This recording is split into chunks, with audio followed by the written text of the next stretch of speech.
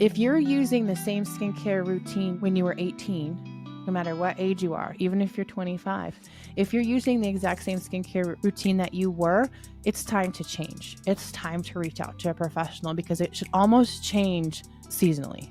There should always be at least one product shift.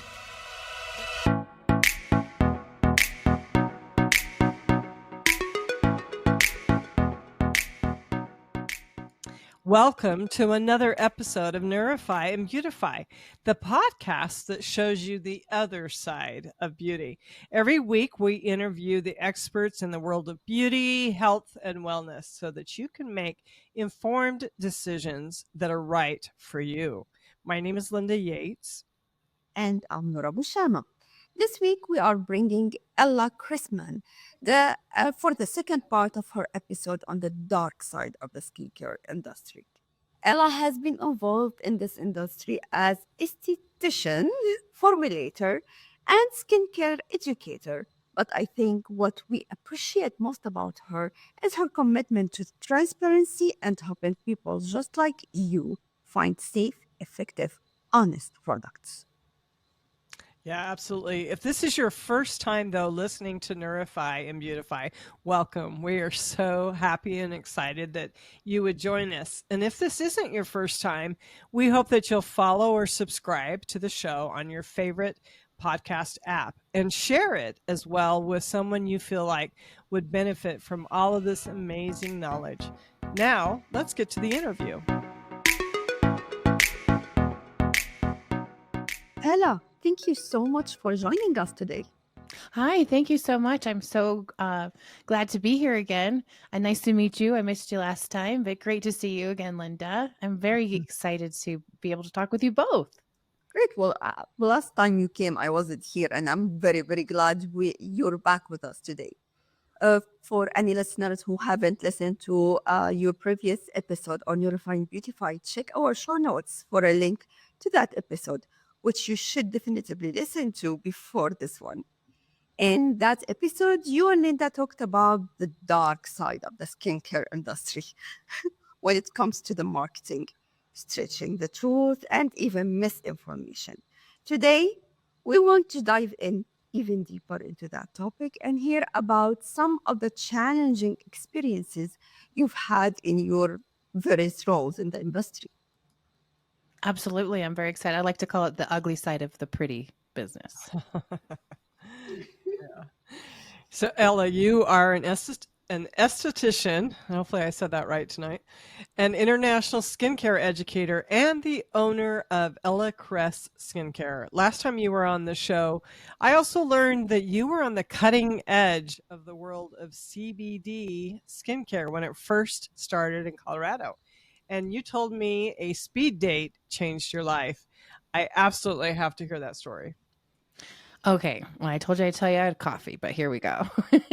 I was fancy free, single, loving life, having a great time. And I was just finishing or had just finished about a year prior my formulation certification. And I had just decided, well, I had created my own line, to be honest with you. And it's not easy. It's a lot of work. And I'm going to save that for the next podcast to tell you what that idea was and the line. And then I went on a speed date with my friend. She wanted me to go with her. So through the course of the evening, I'm not sure if you've ever been speed dating, but at that time in Denver, this was 2013. And that time, um, the pickings were slim, if you will. And I think this guy who was there had gone with his friend. And so very interesting, like not a serious thing. But I met a guy who we kind of hit it off. So we ended up, unbeknownst or long story short, we went on a date, and he owned some dispensaries, and he was privy. Everybody was aware that the farm bill was coming, so it was changing the hemp landscape. And so he was the one that said you should formulate a CBD line. And so that was the catalyst that took. I'm like, what? I knew about it, right? My parents were hippies and natural homesteaders, all of that growing up, and then was very aware of cannabis, obviously, but I didn't understand the topical elements. And coming out of formulation school and physiology and science were at the forefront of my mind, and also a real passion of mine. Because another day, I'll tell you how I was going to medical training previous to. It's another story. But I love anatomy, I love physiology, I love chemistry, and so all of those kind of intermingled into this new side of the CBD formulation, and in that understanding not just what were the other phytochemicals in the cannabis or hemp plant, but how did they really work? What did it mean? How did they affect the systems of the body? And it was I love it. I geek out on it now. There's things that I learned that I can still carry over to other ingredients and other products. So I'm very, very grateful for that time in this like hyper speed crash course in another area of the industry. And joining what you're saying and what you talked about last time, just because the CBD skin market was so new and a lot of people were vulnerable because they didn't know much about it and they didn't have enough information. They were really like blindsided, let's put it this way, about the information, about the marketing and the misleading marketing information out there. Just for the people who are still curious about that, what can the average consumer do to be less vulnerable to the marketing tactics that people use? I think what happened during that time is there was this, it was now permissible to use something that had been so illicit and so untouchable for so long. So the implication of what it can be used for was exaggerated for a little bit, was innocent and some of it was malefic. So if then was inserted, if it does this, then it must do this. Let's claim it because there's nothing to dispel it. But when you dive into the phytochemistry of it, and if you understand the endocannabinoid system, which was relatively new at that time, I mean, really not discovered until the 1970s, but then I guess you would have to really dive into the science to get it. So when I say some of it was innocent, misleading, and some of it was intentional and malicious, there was people who were like, just get it out. Just get it out. We call them trustafarians that were like, I just need the return. I need the return, just get it out. And there was others who were so dedicated to passion that they couldn't get their product out because they wanted it to be perfect. And there was something new to discover all the time. And so on two sides of the spectrum, then you have the middle where there is still uh, efficacy. What happened is we knew about THC. We knew that that was the illicit, that was the naughty cannabinoid, and we learned quickly about CBD, and we then learned about other cannabinoids, CBN, THV, CBG, all of these other cannabinoids, but it got lumped into a category called the CBDs. So you see how this well-intended thought process could be just lumped all together. And then we didn't even talk about terpenes and how terpenes communicate with the skin. So the way to avoid it really is just uh, from a helicopter view, if you will. If it sounds too good to be true, it could be. Not everyone's going to have the opportunity to dive into those studies. And this is like before Chat GPT. This is before Perplexity. So you are doing like you're literally turning pages for research and then diving in. It's actual physical research that you're looking at. And people don't have time for that. So just know that this is what this ingredient can do. Just CBD. It helps with cell differentiation. And so that means even turnover. It helps to keep the cells moving as they should. Because as when we get older, they move a little less quickly. So it just keeps them going the way that they should, the same rhythm. Keeps the rhythm of the skin.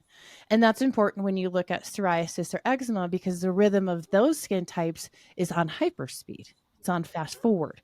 So for anti-aging or for problem skin, it just normalizes it. That's awesome.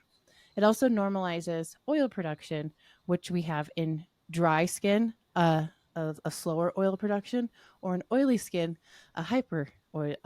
So it kind of normalizes it again, and then it helps with melanogenesis. Same thing. So the homeostasis is key, and that's what the plant really can do, or that particular um, the totality of the plant is meant to find some kind of a balance in you. So Gotcha. Mhm. that's what it can do. If you're talking about you're going to put this face cream on and you're going to sleep better, probably not. So if it No. sounds too good to be true, check it out. So, Ella, are there any new cutting edge or trending technologies where you're seeing some of these same vulnerabilities being exploited? Absolutely. We hear a lot about exosomes at the moment. So exosomes remind me of when plant stem cells first came to the market in skincare. So plant stem cells came to the market around the same time in the clinical world. We saw the introduction of or a wider use of stem cells, human mammalian stem cells. So the controversy at that time is that they don't work the same, which is absolutely true. They don't work the same, but the plant stem cells do have efficacy. They work in a certain way. It's just different.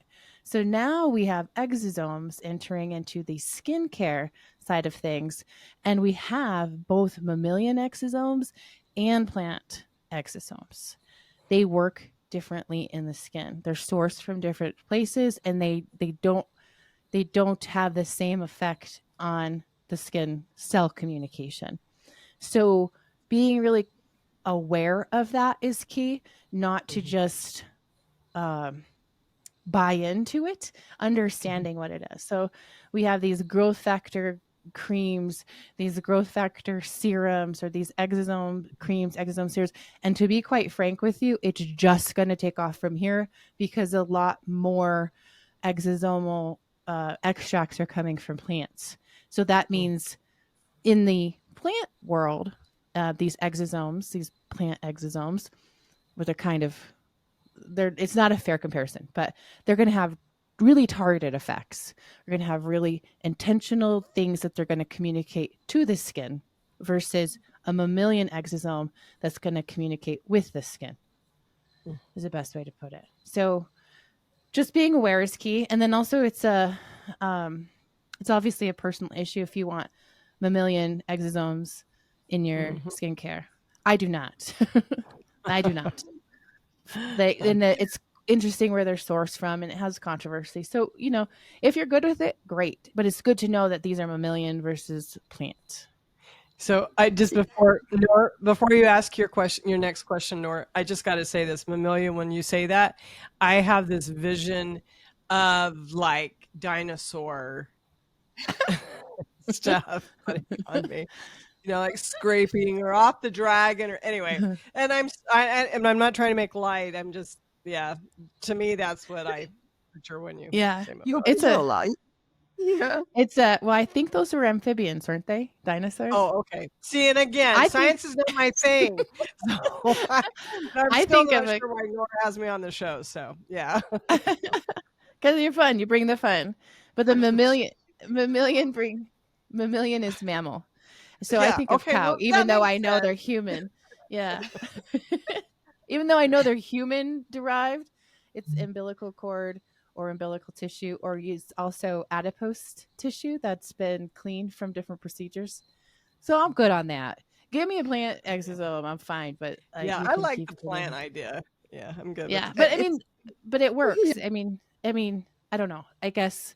guess to be honest, my now this is my personal thought is that the science on that side is a little too early for me. Gotcha. I think So, for everyone. well, yeah, and some people are fine with it, but I'm not. Well, actually, I'll that wait and brings see. me to something else. Like, now we're talking about this. We're talking about CBD skincare.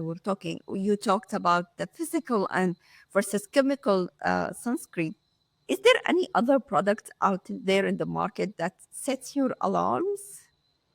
I think exosomes are it for now. I do think that there are some vitamin C serums at the moment, Mhm. and the reason I've is never because seen that. some vitamin C, the claims of vitamin C is because that's a tried and true skincare ingredient. Everybody knows it. You almost that's needed in every routine, right? You guys probably have a vitamin C product of some sort in your lineup, Yeah. but now there's all different forms of vitamin C. And Mm. ooh, this is the best form, and we've got this form, and we've got that form, and we're combining forms, which is cool. It sounds very exciting.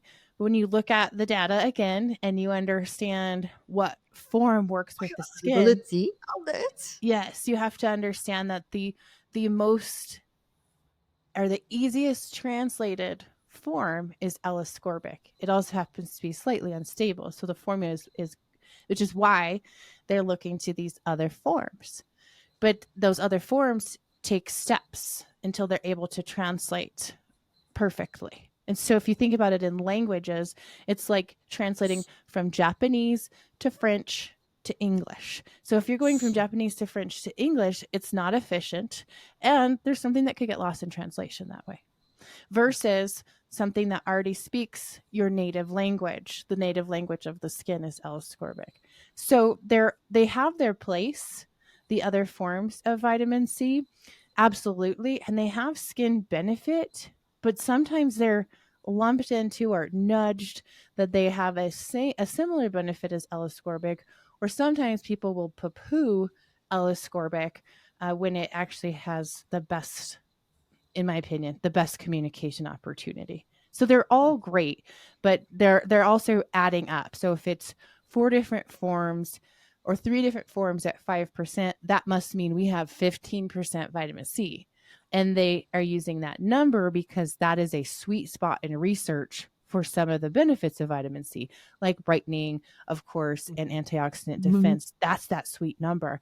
So saying we have 15% when you don't, I don't like that. That's misleading. Yeah. A good way to Go ahead. check on that is to look in the ingredient deck and find out where the vitamin C will have ascorbyl or some ascorbic or something like that in there, and then how far up is it in the ingredient list. If it's closer to the bottom, it might be the form that's helping to stabilize the formula and bring antioxidant benefit to the formula, which has I'm at slight skin benefit. But if it's also on the front of the bottle, it might not have the same skin benefit. Oh, that's good to know. So it Yeah. seems like professionals like estheticians are good, are in a great position to fight some of this misinformation that you've just gone through as with their clients. So as that skincare educator that you are, how are you taught to educate professionals? I speak in analogies, as you could hear today. Mhm. So I speak in analogies because I feel like it's best to visualize it. So as professional estheticians, typically we're healers by trade. We want to help people. And so by helping people, nobody's getting into this business because they want to harm people. Everybody wants to help. Luckily, this business is always changing. So there's a ton of education available for professionals. Then we look at the influence of consumers where they have a ton of misinformation that's always changing. So it is in your benefit to connect with a professional skincare practitioner that focuses on the care of skin, not necessarily just uh, diagnosing and such, which would be a medical professional, but the care of skin that somebody understands there's an hour plus long service. They're really looking at you in a holistic kind of a way. That's key. So the way that I educate is to speak science and in pictures. Like you were saying with like you were imagining that dinosaur, which is good because you had an association with it and you can picture it long term. And I learned that by educating my clients because that's another thing we do as professionals is we love to share that as healers. We love to share what we learn. We want you to understand things better. So I know we spoke last time too about having like a skincare audit where we would look over Yeah. your products. I mean, that's a great opportunity for a professional to review your product lineup. And you have to understand that that's coming from a place of wanting to help you, wanting to make sure you have the right things. And that's considering not just the trends that are happening, not just the latest science, but also the seasonal changes that we go through in a year and the seasonal changes that we go through in our lives, because they're Mhm. always changing. So you don't, if you're using the same skincare routine you were in when you were 18, no matter what age you are, even if you're 25, if you're using the exact same skincare routine that you were, it's time to change. It's time to reach out to a professional, because it should almost change seasonally. There should always be at least one product shift. Doesn't mean you can't bring them back, but you should change it. And that keeps your skin functioning, that keeps your skin functioning optimally. So if it's functioning optimally, then it's able to weather things like free radicals. It's able to protect itself against blue light. Right now, we're sitting in front of a screen. Blue light has a similar effect to UV light. So HEV and UV, similar. So now that we're in front of the screens all day, it's a different vulnerability. What's the best way to find that esthetician that you can trust and that is up to date? I think it'd be easier than you thought. I think a lot of the aesthetics profession is growing Uh-huh. immensely, like record breaking amounts. There are new estheticians entering the market all the time, and a lot of them are very skilled and very willing to do a good job. I shouldn't even say willing. I would say driven to do a great job in the industry as a whole. And I work with specific brands. I will say, even looking around, the education as a whole in this industry is priority and paramount. It's Mhm. continuing. So we're conditioned as estheticians to continue our education. So you can always check, and don't be afraid to even see a new esthetician, because a new Mhm. esthetician would be, Expensive. yeah, like excited and fresh. And a Mhm. seasoned esthetician, as we call ourselves, seasoned, a seasoned esthetician may have just more perspective. So no matter where you are in the range as a professional, they're going to benefit you. So I think the best thing to do, honestly, is to use your intuition and to see if it's a good fit. There's a lot of practitioners, just as many practitioners as there are faces, is what I say. So see who is near you and who you feel good going to. Who can you feel vulnerable with, and who do you feel is going to lead you or guide you or help you the most. Unfortunately, I think most people aren't getting their information from a trusted professional. They're using social media. Have you seen misleading or creative marketing on social media platforms? I love Girl, your expression.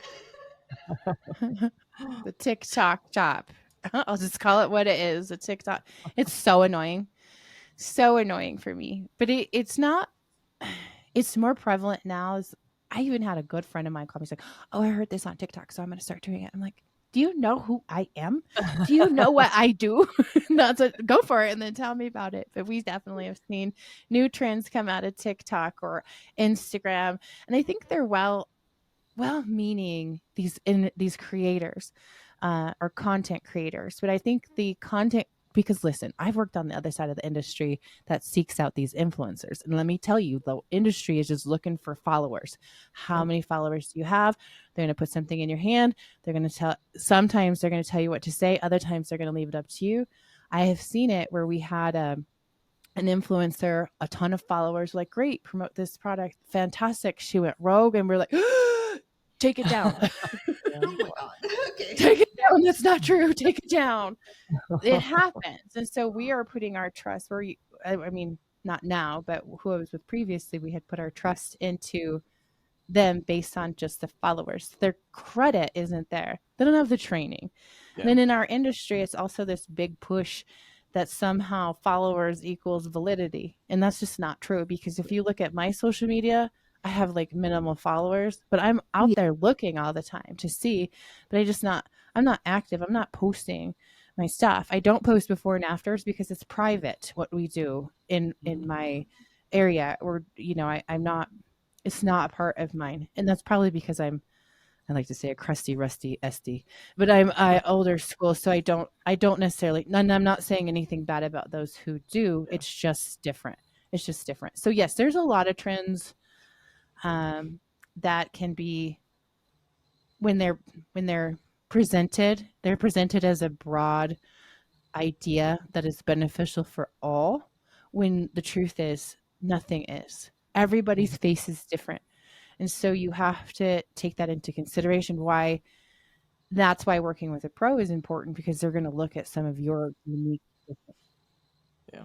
That makes sense. Actually, just commenting on something you said, like a lot of professionals we go to these days, they would like, I feel impose on you that we need pictures before and after, and I want to post it. Can I post it? And sometimes you feel like you're really put in a corner, like you're going to be very mean if you say, no, I don't want you to post my pictures. At the same time, you don't want them to post your pictures before and after. Yeah. And that's just touched a nerve there. Yeah, I think it's common practice, because like that is the metric.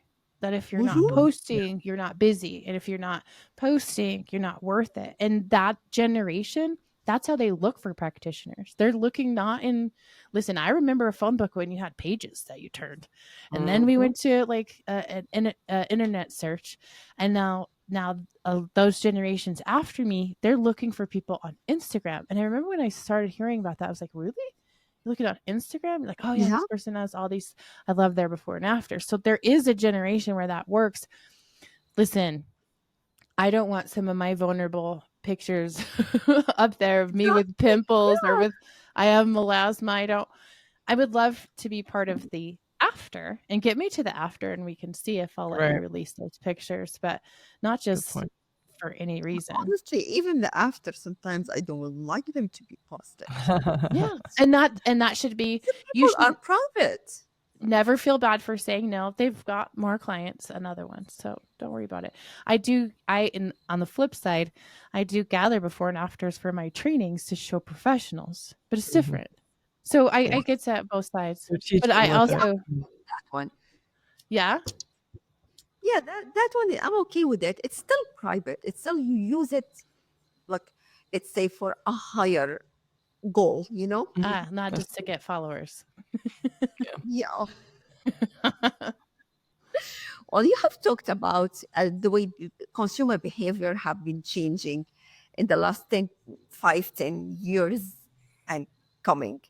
And uh, as more get more educated and demand more transparency, have you seen any positive changes in the skincare market? I hate this. Come on. I love that Uh-oh. they're more aware, but I also hate that it's a thing. And I hate that it's a thing because that means there's so much more opportunity for twisting or bending in a certain way. And Oh, then it's also just popular to be a certain to follow something. So let me give you an example. Vegan skincare 10 years ago was like fluffy. Nobody's talking about vegan. If you wanted vegan skincare, you wanted some kind of a farmer's market brand. And I'm just speaking generally. I know that's not all the way true, but just generally, maybe 15 years ago. Well, then slowly and then very quickly, that became an industry standard because the consumer demand was like, we don't want animal cruelty. We got to save the bees. Everything has to be vegan. And so then there was a shift that way. And then guess what comes just coming up on a year ago? Beef tallow and goat's yeah. milk. So it goes, I hate it because it's like, it Yeah. seems There's so back all over the flippant. place. Yeah. It's so flippant. And so the trends are such and the frenzy is such. And if we look at any industry, I mean, I can remember back when, I think I said this last time, but when there was like fat makes you fat from the 90s and Yeah. this diet trend, and that was a rage in that industry. And you had fat-free fig Newtons, which really never had fat in the first place, or fat-free licorice, which really never had fat in the first place. And so the problem with that is when you have these coined products as such, then you have this, it's really getting away from the whole point of it in the first place. So if you have a vegan um, product that would have never had another alternative, but you're like, oh, we're vegan, we're cruelty free, which is important. It's kind of just, in my opinion, being disingenuous. So that's how I feel about that. Never I, thought All right. about it this way. yeah. I wish it was more just what do I need? Or I wish that it was just, no, vegan is important to me, and we have vegan options and we can handle you, and you're going to do that and we support you because we want to give you the best that we can. But the flippancy is what bothers me. Makes sense. So, Ella, do you have any more words of advice for our listeners? I mean, a lot. But I think the best thing is, I think the most important thing is not to be afraid to ask questions. And in asking questions, keep going until you understand. And if you don't understand, don't proceed. So if there's some kind of question still lingering inside of you about CBD skincare or the form of vitamin C, just don't move forward, or just trust your gut would be key for me. Great advice. I love that. I love that. Having you is, of course, it's a lot of information, and I really appreciate you coming back to the show. I'm so glad to come back. I am looking forward. I loved the episode last time, and it's great to be here with both of you this time. Yes, ma'am. That was great. Thank you so much for coming out. Thank you. It was great speaking with Ella. She really mentioned sides of the industry that I haven't really thought about it. Like when she talked about she hates that people could be more educated. I've never thought about that actually. So it's nice to see, the other side of the table from like the people who do the actual work using the products we produce. So I think she's very informed, and I love what she said about the labels again. And I want to just to like put the point, like everyone's talking about the label. It's the label of the product. It's becoming like the main thing we need to look at when choosing a product. And that was really informative for me. That's great. And one of my big takeaways, she kind of mentioned this last time in our first chat together, but the whole idea of changing up your routine, for me that was a major takeaway. And because I get into a routine, and then it's like, okay, I might try something new, and I just add it to my routine. And so then it just one thing after another. And I really appreciate that. And it made me think about what's in my cupboard right now. And I thought, you know what, when I'm done with this one bottle, then I'm going to go to a different type of skincare moisturizer for me. And so that was really helpful to me as well. So we want to thank each and every one of you for listening to Nourify and Beautify, where we show you the other side of beauty. If you want more information about us or to read our blog, check us out at nourify-beautify.com. I'm Linda Yates. And I'm Laura Bushama. See you next time.